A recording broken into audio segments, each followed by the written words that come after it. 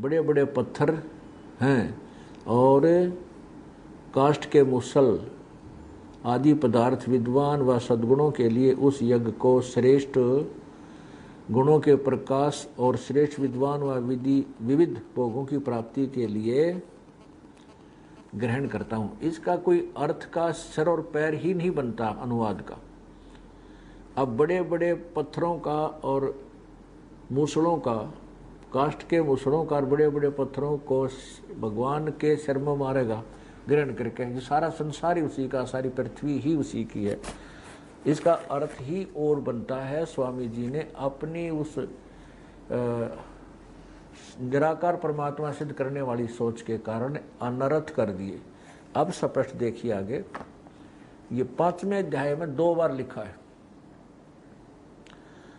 5वें अध्याय में यजुर्वेद अध्याय नंबर 5 के मंत्र नंबर 1 में 2 बार भगवान को साकार सिद्ध किया है। इसमें इन्होंने अनुवाद करना पड़ा और उस अनुवाद के अर्थ ही अनर्थ कर दिए। यहाँ देखना, ये है अथ 5वां अध्याय आरंभ है। इसमें अग्ने तनुरसी विष्णवे तवा सोमस्य तनुरसी, ये 2 बार लिखा है।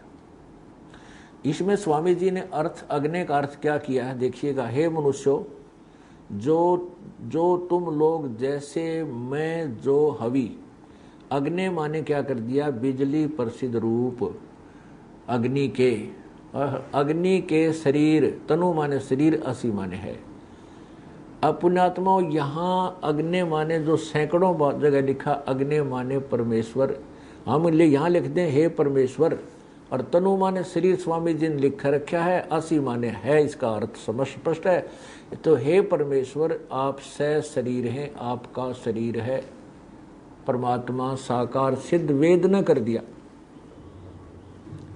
और इसमें दो बार लिखा है विष्णवे तवा सोमस्य, विष्णवे तवा सोमस्य तनुरसी, उस सर्व पालन करता अमर पुरुष, सोमस्य माने अमर पुरुष का, तनु माने शरीर, असी माने है। अब सोम माने क्या होता है, ये भी इन्हीं के अर्थों से सिद्ध करता हूं। यही 5वां अध्याय, 5वें अध्याय के 35वें मंत्र में स्वामी जी ने स्वयं अर्थ किया है। ये देखिए इधर, इधर देखिएगा, इधर ये 35वां मंत्र है। इसमें सोम शब्द का ऐश्वर्य देने वाले जगदीश्वर अर्थ किया है। सोम माने जगदीश्वर, ऐश्वर्य देने वाला जगदीश्वर। इससे सिद्ध हुआ स्वामी जी ने सोम का अर्थ ऐश्वर्य देने वाला जगदीश्वर। और अब फिर आओ इसी पर 5वें अध्याय के प्रथम मंत्र पर ही, अब हम इसको स्वयं अनुवाद करते, इन्हीं के द्वारा किया हुआ। ये देखना, ये अब इसमें है अग्नि तनुरसी, परमेश्वर से शरीर है। विष्णवे तवा, तवा माने उस, सोमस्य माने अमर पुरुष का, जगदीश ऐश्वर्य देने वाले जगदीश्वर का, तनु माने शरीर, असी माने है। उस सर्व के पालन करने वाले अमर पुरुष, सर्व ऐश्वर्य देने वाले परमेश्वर का, सोम माने ऐश्वर्य देने वाला परमेश्वर अर्थात परमेश्वर का शरीर है। इससे सिद्ध हो गया, वेदों में स्पष्ट हुआ कि परमात्मा से शरीर है। अब स्वामी जी ने सत्यार प्रकाश में भी अपनी व्याख्या का आप ही खंडन करके परमात्मा को साकार भी सिद्ध कर रखा है। अभी दिखाते हैं। अब सत्यार प्रकाश आप देखिए, सत्यार प्रकाश के समोल्लास नंबर 7 में स्वामी जी ने अपनी ही व्याख्या का आप ही खंडन किया है। देखिएगा 7वें समोल्लास के प्रश्न नंबर 154 पे स्वामी जी कह रहे हैं परमात्मा निराकार है। 155 पर साकार सिद्ध कर रहे हैं। वास्तव में सच्चाई यह है कि परमात्मा साकार है, वो मनुष्य सदृश्य है। और स्वामी जी की सोच और अभी तक जितने भी ऋषि महर्षि हुए वो परमात्मा से परिचित ना होने के कारण उसको निराकार बता रहे हैं। अब ये स्वयं भी स्वामी जी को वेद भी सिद्ध कर रहे हैं परमात्मा साकार है, सशरीर है, और स्वामी जी निराकार मानते हैं, और अपनी ही व्याख्या में आप ही फंस रहे हैं कि वास्तव में परमात्मा साकार है। ये देखिएगा, यही प्रथम सप्तम समोल्लास, इधर देखिएगा 154 पृष्ठ पे नीचे आइएगा। किसी ने पूछा, प्रश्न किया, प्रश्न ईश्वर साकार है व निराकार? उत्तर स्वामी जी का निराकार। 154 पे। अब 155 पे साकार बता रहे हैं। ये देखो 155 नीचे आइएगा। किसी ने प्रश्न किया, क्या परमेश्वर की स्तुति, प्रार्थना और उपासना करनी चाहिए व नहीं? उत्तर, करनी चाहिए, स्वामी जी कहते हैं। तो क्या स्तुति आदि करने से ईश्वर अपना नियम छोड़कर स्तुति प्रार्थना करने वाले का पाप छुड़ा देगा? उत्तर स्वामी जी का, नहीं। तो फिर स्तुति प्रार्थना क्यों करना? उत्तर स्वामी जी का, उनके करने का फल अन्य ही है। क्या है? प्रश्न क्या है? उत्तर स्वामी जी का, स्तुति से ईश्वर में प्रीति, उसके गुण कर्म स्वभाव से अपने गुण कर्म स्वभाव का सुधरना तथा प्रार्थना से निरअभिमानता, उत्साह और सहाय का मिलना। उपासना से, अब देख लो, ये उपासना शब्द से हम शुरू करेंगे। उपासना से परब्रह्म से मेल और उसका साक्षात्कार होना, उसका साक्षात्कार होना। अब स्पष्ट हो गया। अब पहले ये विचार कीजिए कि परब्रह्म से मेल, यानी ब्रह्म से कोई अन्य भगवान है, उससे मिलन होता है। यानी इस उपासना से स्वामी जी कह रहे हैं कि परमात्मा से मेल होता है और उसका साक्षात्कार होता है, अर्थात वो दर्शन देता है, वो दिखाई देता है। तो दिखाई तो साकार दे सके, निराकार दिखाई नहीं दे सकता। अब और क्लियर करते हैं, उपासना को लेते हैं। उपासना क्या होती है? इसी समोल्लास नंबर 7 के पृष्ठ नंबर 100, ये देखिएगा 59 पर, 7वें समोल्लास के 59 पर क्या लिखा है? उपासना शब्द का अर्थ है समीप होना या भगवान के, अर्थात भगवान के निकट पहुंचना, और अष्टांग योग से परमात्मा के समीपस्थ होना, यानी भगवान के निकट पहुंच जाना, और उसको सर्वव्यापी सर्वांतर्यामी रूप से प्रत्यक्ष करने के लिए जो जो काम करना होता है वह सब करना चाहिए। प्रत्यक्ष माने देखने के लिए। प्रत्यक्ष शब्द को क्लियर करेंगे आगे चल के। नीचे आइए। अब कैसे उपासना करनी चाहिए? जब उपासना करना चाहें तब एकांत शुद्ध देश में जाकर आसन लगा, प्राणायाम कर, बाह्य विषयों से इंद्रियों को रोक, मन को नाभि, हृदय, कंठ, नेत्र, शिखा, पीठ के मध्य हाड में किसी स्थान पर स्थिर कर अपने आत्मा और परमात्मा का चिंतन करके परमात्मा में मगन हो जाने को से संयमी होता है। अर्थात उपासना कैसे करनी चाहिए स्पष्ट कर दिया। और उपासना मतलब समाधि लगानी चाहिए। उपासना में समाधि, ध्यान लगाना चाहिए। आंखें बंद करके, आंखें में अपना ध्यान एक स्थान पर एकांत बैठ कर समाधिस्थ होने का प्रयत्न करना ही उपासना कहा है। और उपासना का क्या लाभ है कि भगवान के निकट पहुंच जाना। स्वामी जी ने कह दिया उपासना से उसके साक्षात दर्शन होते हैं, दर्शन उसके दिखाई देता भगवान। साकार बिना निराकार दिखाई नहीं देता। अब देखिए इसी के 167 पृष्ठ पे उपासना से, इसी के 167 पृष्ठ पे नीचे सप्तम समोल्लास के, ये देखना नीचे आना, ये जो हरे वाला है, ये समाधि दशा में जब योगी को परमेश्वर प्रत्यक्ष होता है। ओह, ये जो उपासना की एक स्थान पर बैठ कर वह समाधि दशा है। जब योगी को परमेश्वर प्रत्यक्ष होता है, प्रत्यक्ष माने दिखाई देता। अभ्यास करने से और ध्यान लगाने से, उपासना से परमात्मा प्रत्यक्ष होता है। प्रत्यक्ष माने सामने साकार वस्तु का देखना। अब प्रत्यक्ष शब्द को भी स्वामी जी के शब्दों से ही आपके सामने सिद्ध करना चाहते हैं कि प्रत्यक्ष क्या है। प्रत्यक्ष कैसी वस्तु होती, साकार होती है निराकार। अब देखना इसी के प्रश्न नंबर 51 पर, ये तृतीय समोल्लास प्रश्न नंबर 51, नीचे आइएगा।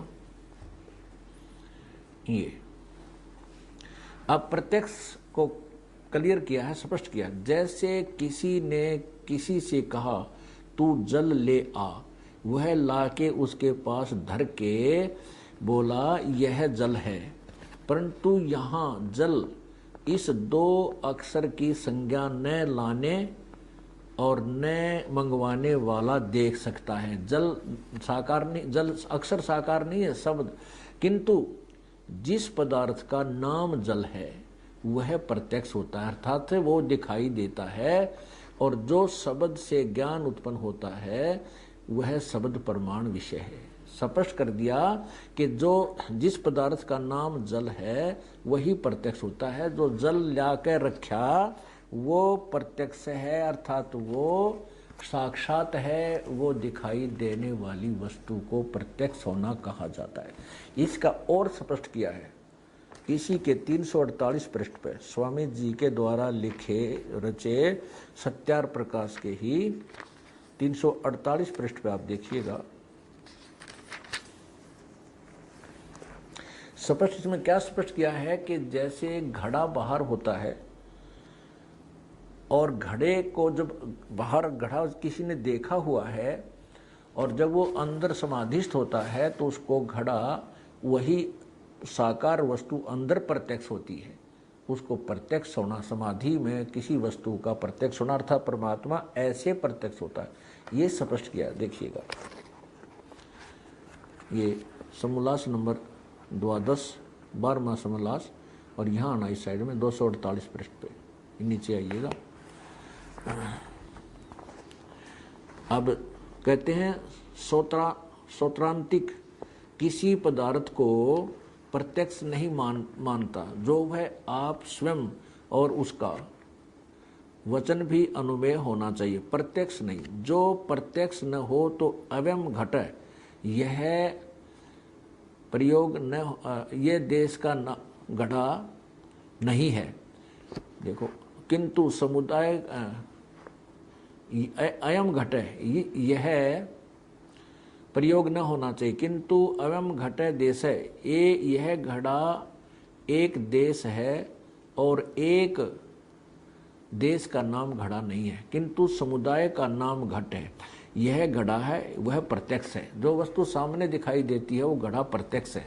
देखो, अनुमेय नहीं है, क्योंकि सब अवयव में अवयवी एक है। उसके प्रत्यक्ष होने से सब घट के अवयव भी प्रत्यक्ष होते हैं, अर्थात अवयव घट सावय घट प्रत्यक्ष होता है, यानी घड़ा दिखाई देता है। आगे देखो, चौथा, वैभाषिक जो बाह्य पदार्थों को प्रत्यक्ष मानता है वह भी ठीक नहीं, क्योंकि यहाँ ज्ञाता और ज्ञान होता है, वही प्रत्यक्ष होता है।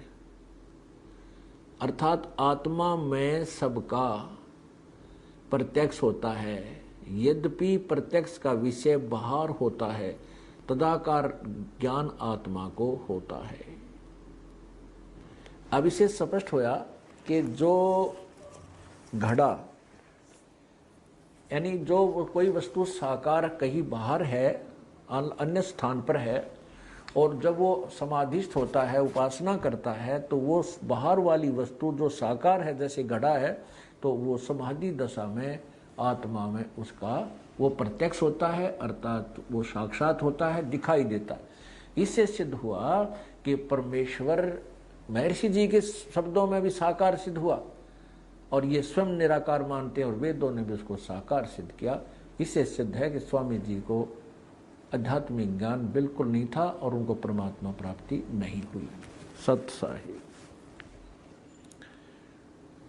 कई श्रद्धालु दर्शक शंका व्यक्त करते हैं कि जो सत्यार प्रकाश दिखाया जा रहा है ये वास्तविक नहीं है, ये संत रामपाल जी ने अपने तरफ से मन गढ़ंत बना रखा है। उन पुण्यात्माओं का शंका का निवारण करने के लिए, उनकी शंका का समाधान करने के लिए आप थोड़ा सा और प्रयत्न करते हैं। ये देखिएगा सत्यार प्रकाश, ये किसी अन्य प्रकाशक द्वारा प्रकाशित है, आर्य साहित्य प्रचार ट्रस्ट। और ये देखिएगा यहाँ पर ये कहाँ से प्रकाशित है, ये है 65वां संस्करण, सन 2007 में छपा है, लेटेस्ट 2007 में। ये है श्रीमद स्वामी दयानंद सरस्वती स्वामी विरचित आर्य साहित्य प्रचार ट्रस्ट, प्रकाशक हैं और विक्रय केंद्र खारी बावली, आर्य साहित्य प्रचार ट्रस्ट, खारी बावली दिल्ली, मुख्यालय नयाबास दिल्ली, दूरबास। और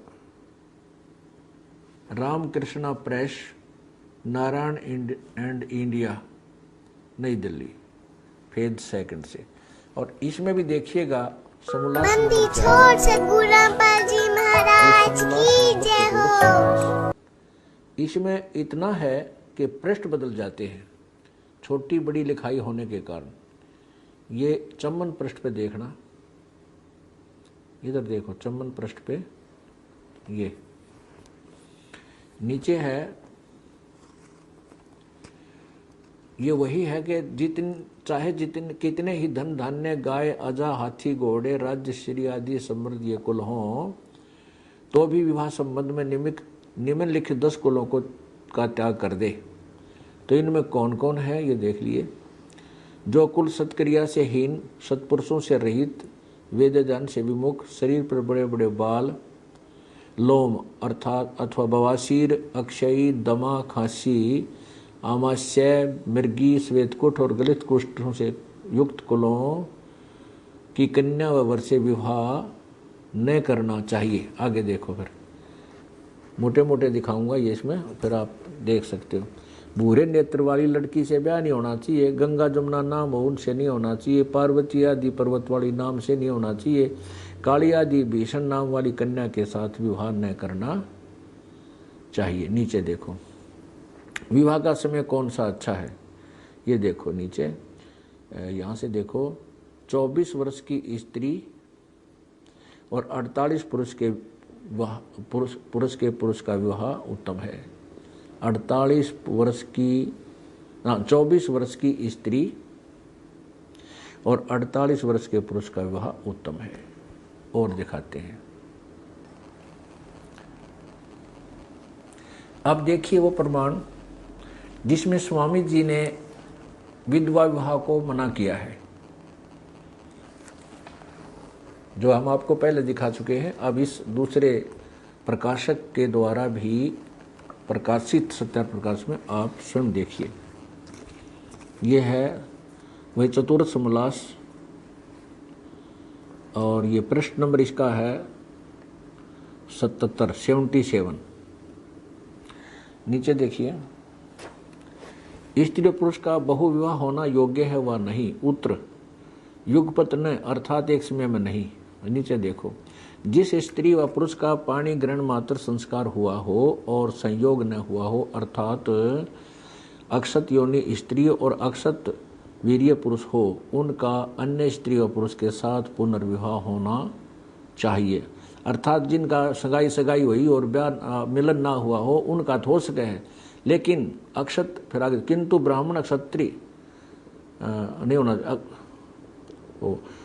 उनका अन्य स्त्री पुनर्विवाह नहीं होना चाहिए। आगे देखना, किंतु ब्राह्मण क्षत्रिय और वैश्य वर्णों में अक्षत योनि माने जो ब्याही जा चुकी है, किसी दूसरे पुरुष के साथ संग हो चुका है जिसका, और अक्षत वीर्य पुरुष का पुनर्विवाह न होना चाहिए। पुनर्विवाह में क्या दोष है? स्वामी जी ने उत्तर दिया, स्त्री पुरुष में प्रेम न्यून होना। आगे देख, चौथा बताया है, पतिव्रत और स्त्री वर्ष